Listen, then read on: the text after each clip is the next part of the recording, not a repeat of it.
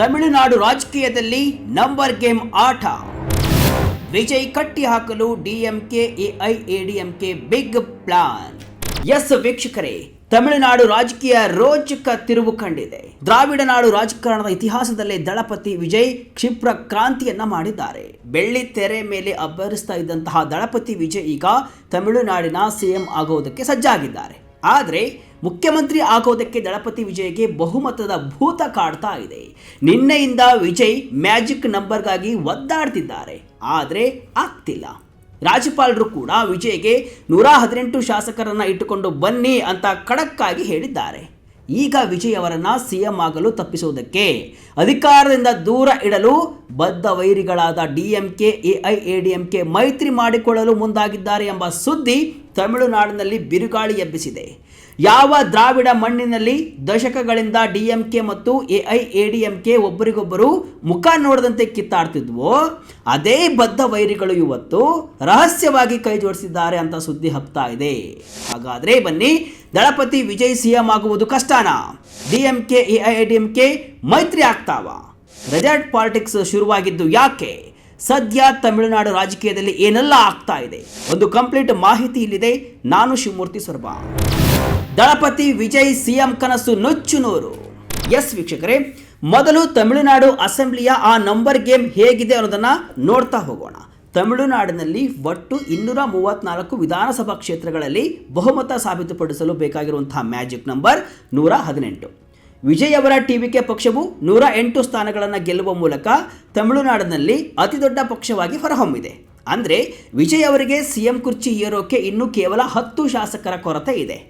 ಈಗಾಗಲೇ 5 ಸ್ಥಾನ ಗೆದ್ದಿರುವಂತಹ ಕಾಂಗ್ರೆಸ್ ಪಕ್ಷವು ವಿಜಯ್ ಅವರಿಗೆ ಬೆಂಬಲ ಘೋಷಣೆಯನ್ನು ಮಾಡಿದೆ. ಅಂದರೆ ವಿಜಯ್ ಅವರ ಬಲ ಈಗ 113ಕ್ಕೆ ತಲುಪಿದೆ. ಇನ್ನು ಕೇವಲ 5 ಶಾಸಕರು ಬೆಂಬಲವನ್ನು ನೀಡಿದರೆ ವಿಜಯ್ ಸಿಎಂ ಆಗೋದು ಫಿಕ್ಸ್. ಆದರೆ ಇದೇ 5 ಸಂಖ್ಯೆಯನ್ನು ತಲುಪದಂತೆ ತಡೆಯೋಕೆ ಸೋತು ಸುಣ್ಣವಾಗಿರುವಂತಹ ಡಿಎಂಕೆ ಮತ್ತು ಎಐಎಡಿಎಂಕೆ ಸ್ಕೆಚ್ ಹಾಕಿವೆ. ಈ ಬೆಳವಣಿಗೆಯಿಂದಾಗಿ ಮೇ 7ರಂದು ನಡೆಯಬೇಕಿದ್ದಂತಹ ವಿಜಯ್ ಅವರ ಅದ್ದೂರಿ ಪ್ರಮಾಣ ವಚನ ಸ್ವೀಕಾರ ಸಮಾರಂಭ ಈಗ ಅನಿಶ್ಚಿತತೆಯ ಸುಳಿಗೆ ಸಿಲುಕಿದೆ. ರಾಜ್ಯಪಾಲರ ಮುಂದೆ ವಿಜಯ್ ಸರ್ಕಸ್. 2 ವಾರಗಳ ಕಾಲಾವಕಾಶ ಕೇಳಿದ ದಳಪತಿ. ವೀಕ್ಷಕರೇ, ವಿಜಯ್ ಅವರು ರಾಜಭವನಕ್ಕೆ ಹೋಗಿ ರಾಜ್ಯಪಾಲ ರಾಜೇಂದ್ರ ವಿಶ್ವನಾಥ್ ಅರ್ಲೇಕರ್ ಅವರನ್ನು ಭೇಟಿ ಮಾಡಿ ಸರ್ಕಾರ ರಚಿಸಲು ಹಕ್ಕನ್ನು ಮಂಡಿಸಿದರು. ಆದರೆ ರಾಜ್ಯಪಾಲರು ಮಾತ್ರ ವಿಜಯ್ ನೀಡಿದ ಲೆಕ್ಕಾಚಾರದಿಂದ ತೃಪ್ತರಾಗಲಿಲ್ಲ. ಮೂಲಗಳ ಪ್ರಕಾರ ವಿಜಯ್ ಅವರು ಕೇವಲ 112 ಶಾಸಕರ ಬೆಂಬಲ ಪತ್ರವನ್ನು ಮಾತ್ರ ಸಲ್ಲಿಸಿದರು ಅಂತ ಹೇಳಲಾಗ್ತಾ ಇದೆ. ಕಾಂಗ್ರೆಸ್ ಬೆಂಬಲವನ್ನು ಅವರು ಮೌಖಿಕವಾಗಿ ಹೇಳಿದ್ರೂ ಸಹ ರಾಜ್ಯಪಾಲರು ಮಾತ್ರ ಪೂರ್ಣ 118 ಶಾಸಕರ ಲಿಖಿತ ಬೆಂಬಲದೊಂದಿಗೆ ಬನ್ನಿ ಅಂತ ವಾಪಸ್ ಕಳಿಸಿದ್ದಾರೆ. ಇದನ್ನೇ ಬಂಡವಾಳವಾಗಿ ಮಾಡಿಕೊಂಡಂತಹ ವಿಜಯ್ ಅವರು ಈಗ ಸಂಖ್ಯಾಬಲ ಕ್ರೋಢೀಕರಿಸಲು ರಾಜ್ಯಪಾಲರಿಂದ 2 ವಾರಗಳ ಕಾಲಾವಕಾಶವನ್ನು ಕೇಳಿದ್ದಾರಂತೆ. ವಿಜಯ್ಗೆ ಬಹುಮತ ಸಾಬೀತುಪಡಿಸುವುದಕ್ಕೆ ರಾಜ್ಯಪಾಲರು ಈಗ 48 ಗಂಟೆಗಳ ಸಮಯವನ್ನು ಕೊಟ್ಟಿದ್ದಾರೆ.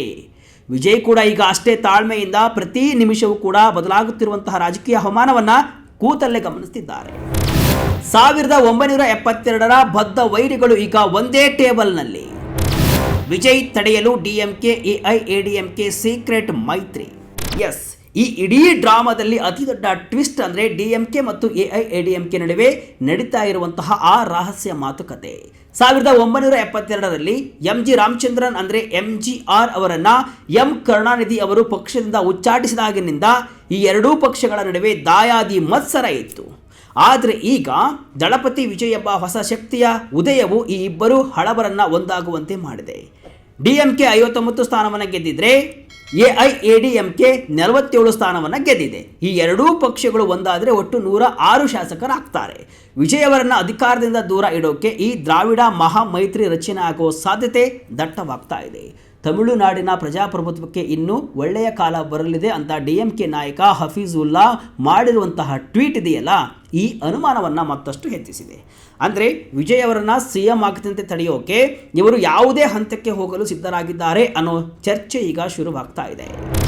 ಟಿವಿಕೆ ಬೆಂಬಲಿಸಲು ಎಐಎಡಿಎಂಕೆ ವಿರೋಧ. ಹೇಗಿದೆ ಡಿಎಂಕೆ ಎಐಎಡಿಎಂಕೆ ನಂಬರ್ ಗೇಮ್?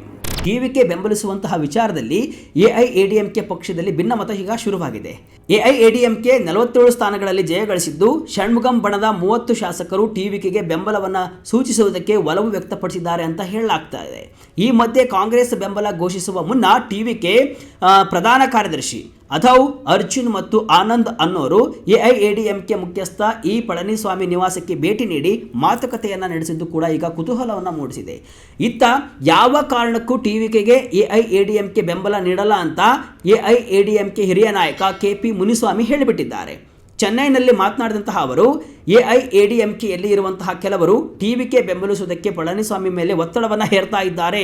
ಆದರೆ ಯಾವುದೇ ಸ್ಥಿತಿಯಲ್ಲೂ ಕೂಡ ನಾವು ಟಿವಿಕೆಗೆ ಅಂದರೆ ವಿಜಯ್ಗೆ ಬೆಂಬಲವನ್ನು ನೀಡಲ್ಲ ಅಂತ ಹೇಳಿಬಿಟ್ಟಿದ್ದಾರೆ. ತಮಿಳುನಾಡು ರಾಜಕೀಯದಲ್ಲಿ ಕಂಡು ಕೇಳಿರದ ಸಂಚಲನ ಈಗ ಮೂಡಿದೆ. ಡಿಎಂಕೆ ಎಐಡಿಎಂಕೆ ನಡುವೆ ಮೈತ್ರಿ ಆಗುತ್ತಾ ಅನ್ನೋ ಚರ್ಚೆ ಈಗ ಜೋರಾಗಿ ನಡೀತಾ ಇದೆ.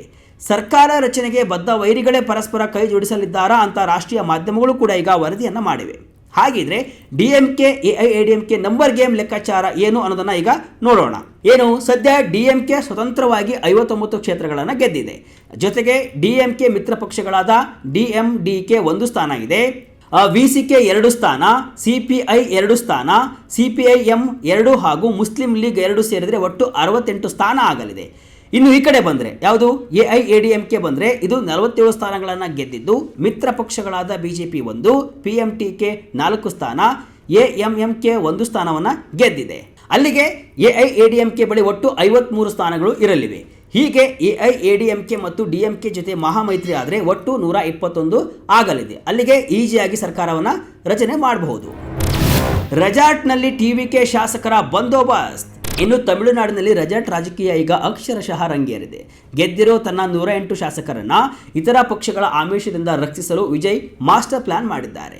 ಈ ಎಲ್ಲ ಶಾಸಕರನ್ನು ಕೂಡ ಮಹಾಬಲಿಪುರಂ ಬಳಿಯ ಒಂದು ಐಷಾರಾಮಿ ರೆಸಾರ್ಟ್ಗೆ ಶಿಫ್ಟ್ ಮಾಡಲಾಗಿದೆ.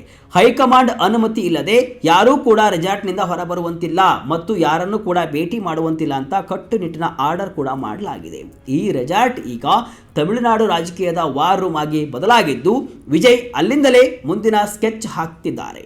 ಅತ್ತ ಎಐಎಡಿಎಂಕೆ ಕೂಡ ತನ್ನ ಶಾಸಕರನ್ನ ಪುದುಚೇರಿಯ ರೆಸಾರ್ಟ್ಗೆ ಸ್ಥಳಾಂತರಿಸಿದ್ದು ಮತ್ತಷ್ಟು ಈಗ ರಂಗು ಬಂದಿದೆ. ವಿಸಿಕೆ ಕಮ್ಯುನಿಸ್ಟ್ ಪಕ್ಷಗಳೇ ಕಿಂಗ್ ಮೇಕರ್ಸ್. ವಿಜಯ್ ಹಾದಿಗೆ ಅಡ್ಡಗಾಲು ಹಾಕಿದ ಮಿತ್ರ ಪಕ್ಷಗಳು. ಈಗ ಎಲ್ಲರ ಕಣ್ಣು ಇರೋದು ಸಣ್ಣ ಪಕ್ಷಗಳ ಮೇಲೆ. ವಿಸಿಕೆ, ಸಿಪಿಐ ಮತ್ತು ಸಿಪಿಎಂ ಪಕ್ಷಗಳು ಇಲ್ಲಿ ನಿರ್ಣಾಯಕ ಪಾತ್ರವನ್ನು ವಹಿಸಲಿವೆ. ವಿಜಯ್ ಅವರಿಗೆ ಬೇಕಿರೋದು ಕೇವಲ 5 ಶಾಸಕರ ಬೆಂಬಲ ಮಾತ್ರ. ಇಲ್ಲಿ ವಿಸಿಕೆ 2, ಸಿಪಿಐ 2 ಮತ್ತು ಸಿಪಿಎಂ 2 ಈ 6 ಶಾಸಕರು ಮನಸ್ಸು ಮಾಡಿದರೆ ವಿಜಯ್ ಇವತ್ತೇ ಸಿಎಂ ಆಗಬಹುದು. ಆದರೆ ಇವರೆಲ್ಲರೂ ಕೂಡ ಸದ್ಯಕ್ಕೆ ಡಿಎಂಕೆ ನೇತೃತ್ವದ ಒಕ್ಕೂಟದಲ್ಲಿ ಅಂಟಿಕೊಂಡಿದ್ದಾರೆ. ಅವರ ಮಾತನ್ನು ಕೇಳಲೇಬೇಕಾಗಿದೆ. ವಿಸಿಕೆ ತನ್ನ ಸಭೆಯನ್ನ ರದ್ದು ಮಾಡಿದರೆ ಎಡಪಕ್ಷಗಳು ತಮ್ಮ ತೀರ್ಮಾನವನ್ನು ಮೇ 8ಕ್ಕೆ ಮುಂದೂಡಿವೆ. ಅಂದರೆ ಇವರು ವಿಜಯ್ ಜೊತೆ ಹೋಗ್ತಾರಾ ಅಥವಾ ಡಿಎಂಕೆಯಲ್ಲೇ ಉಳಿತಾರಾ ಅನ್ನೋದರ ಮೇಲೆ ತಮಿಳುನಾಡಿನ ಭವಿಷ್ಯ ನಿಂತಿದೆ. ಡಿಎಂಕೆ ನಾಯಕರು ಈ ಸಣ್ಣ ಪಕ್ಷಗಳ ಮೇಲೆ ಹದ್ದಿನ ಕಣ್ಣಿಟ್ಟಿದ್ದು ವಿಜಯ್ ಕಡೆಗೆ ಯಾರೂ ಹೋಗದಂತೆ ಲಾಬಿಯನ್ನ ಮಾಡ್ತಿದ್ದಾರೆ, ಅಂದರೆ ಕಟ್ಟಿ ಹಾಕಿದ್ದಾರೆ. ವಿಜಯ್ ಈ ನಂಬರ್ ಗೇಮ್ನಲ್ಲಿ ಗೆದ್ದು ಬರ್ತಾರಾ ಅನ್ನೋದೇ ಈಗ ಈಗಿರುವಂತಹ ಸಸ್ಪೆನ್ಸ್.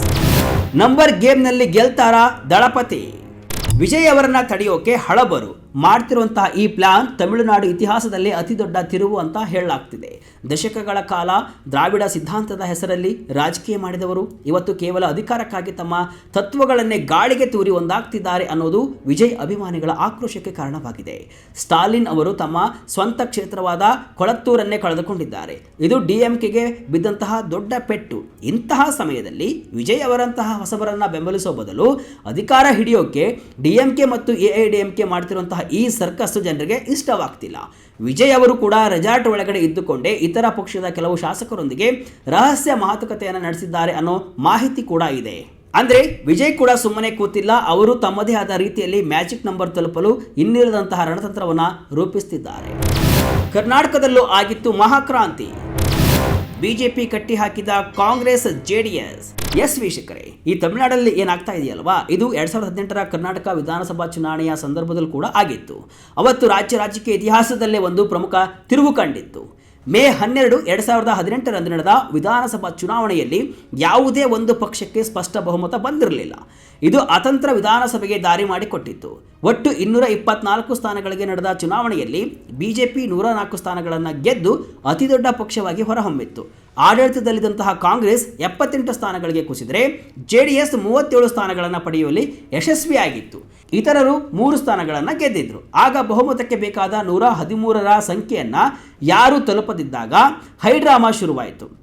ರಾಜ್ಯಪಾಲರ ಆಹ್ವಾನದಂತೆ ಬಿಜೆಪಿಯ BS ಯಡಿಯೂರಪ್ಪ ಮುಖ್ಯಮಂತ್ರಿಯಾಗಿ ಪ್ರಮಾಣ ವಚನವನ್ನು ಸ್ವೀಕರಿಸಿದರು. ಆದರೆ ಬಹುಮತ ಸಾಬೀತುಪಡಿಸಲು ಸಾಧ್ಯವಾಗದೆ ಕೇವಲ 3 ದಿನಗಳಲ್ಲಿ ಯಡಿಯೂರಪ್ಪನವರು ರಾಜೀನಾಮೆಯನ್ನು ಕೊಡಬೇಕಾಗಿ ಬಂತು. ನಂತರ ರಾಜಕೀಯ ವೈರತ್ವವನ್ನು ಬದಿಗಿಟ್ಟು ಕಾಂಗ್ರೆಸ್ ಮತ್ತು JDS ಕೈ ಜೋಡಿಸಿತು, ಅಂದರೆ ಮೈತ್ರಿಯನ್ನು ಮಾಡಿಕೊಂಡವು. ಆಗ HD ಕುಮಾರಸ್ವಾಮಿ ಮುಖ್ಯಮಂತ್ರಿಯಾಗಿ ಮೈತ್ರಿ ಸರ್ಕಾರ ಅಸ್ತಿತ್ವಕ್ಕೆ ಬಂದಿತ್ತು. ಈ ಸರ್ಕಾರವು ಸುಮಾರು 14 ತಿಂಗಳುಗಳ ಕಾಲ ಆಡಳಿತವನ್ನು ನಡೆಸಿತು. ಆದರೆ 2019ರಲ್ಲಿ 17 ಮಂದಿ ಶಾಸಕರು ರಾಜೀನಾಮೆ ನೀಡಿದ ಪರಿಣಾಮ ಮೈತ್ರಿ ಸರ್ಕಾರ ಪತನಗೊಂಡು ಮತ್ತೆ ಬಿಜೆಪಿಯ ಅಧಿಕಾರ ಹಿಡಿದಿತ್ತು. ಇದೆಲ್ಲ ಗಮನಿಸಿದರೆ ತಮಿಳುನಾಡು ರಾಜಕೀಯ ಈಗ ರೋಚಕ ತಿರುವು ಪಡೆಯುವುದರಲ್ಲಿ ಯಾವುದೇ ಅನುಮಾನ ಇಲ್ಲ. ಒಟ್ನಲ್ಲಿ ತಮಿಳುನಾಡು ರಾಜಕೀಯ ಈಗ ಅತಂತ್ರ ಸ್ಥಿತಿಯಲ್ಲಿದೆ. ದಳಪತಿ ವಿಜಯ್ ಅತಿದೊಡ್ಡ ಪಕ್ಷವಾಗಿ ಹೊರಹೊಮ್ಮಿದ್ರೂ ಕೂಡ CM ಕುರ್ಚಿ ಏರೋಕೆ ನಂಬರ್ ಗೇಮ್ ಅಡ್ಡಿಯಾಗಿದೆ. ಒಂದು ಕಡೆ ವಿಜಯ್ ಅವರ ರೆಸಾರ್ಟ್ ಪಾಲಿಟಿಕ್ಸ್, ಇನ್ನೊಂದು ಕಡೆ DMK AIADMK ಒಗ್ಗಟ್ಟಿನ ಮಂತ್ರ. ಈ 2 ವಾರಗಳ ಕಾಲಾವಕಾಶದಲ್ಲಿ ವಿಜಯ್ ಮ್ಯಾಜಿಕ್ ನಂಬರ್ 118 ತಲುಪಿ CM ಆಗ್ತಾರಾ ಅಥವಾ ಹಳಬರ ತಂತ್ರಕ್ಕೆ ಬಲಿಯಾಗ್ತಾರಾ ಅನ್ನೋದನ್ನು ಕೂಡ ಕಾದು ನೋಡಬೇಕಾಗಿದೆ. ವಿಜಯ್ ಈ ರಾಜಕೀಯ ಸುಳಿಯಿಂದ ಗೆದ್ದು ಬರ್ತಾರಾ ಅನ್ನೋದು ಕೂಡ ಈಗ $1 ಮಿಲಿಯನ್ ಪ್ರಶ್ನೆ. ತಮಿಳುನಾಡಿನ ಈ ಹೈ ವೋಲ್ಟೇಜ್ ಡ್ರಾಮಾದ ಬಗ್ಗೆ ನಿಮಗೇನು ಅನಿಸುತ್ತೆ? ವಿಜಯ್ ಅವರಿಗೆ CM ಆಗೋ ಅವಕಾಶ ಸಿಗಬೇಕಾ? DMK AIADMK ಮೈತ್ರಿ ಸರಿಯಾಗಿದೆಯಾ? ನಿಮ್ಮ ಅನಿಸಿಕೆಯನ್ನು ಕಮೆಂಟ್ ಮೂಲಕ ತಿಳಿಸಿ. ಇದಿಷ್ಟು ಇವತ್ತಿನ ವಿಶೇಷ. ಇದೇ ರೀತಿಯ ಹಲವು ವಿಶ್ಲೇಷಣೆ ಮಾಹಿತಿ ಅಷ್ಟೇ ಅಲ್ಲ, ಮನರಂಜನೆಯ ವಿಡಿಯೋಗಳಿಗಾಗಿ ವಿಜಯ ಕರ್ನಾಟಕ ವೆಬ್ಸೈಟ್, ಫೇಸ್ಬುಕ್ ಹಾಗೂ ಯೂಟ್ಯೂಬ್ ಪೇಜನ್ನು ಫಾಲೋ ಮಾಡಿ. ಧನ್ಯವಾದಗಳು.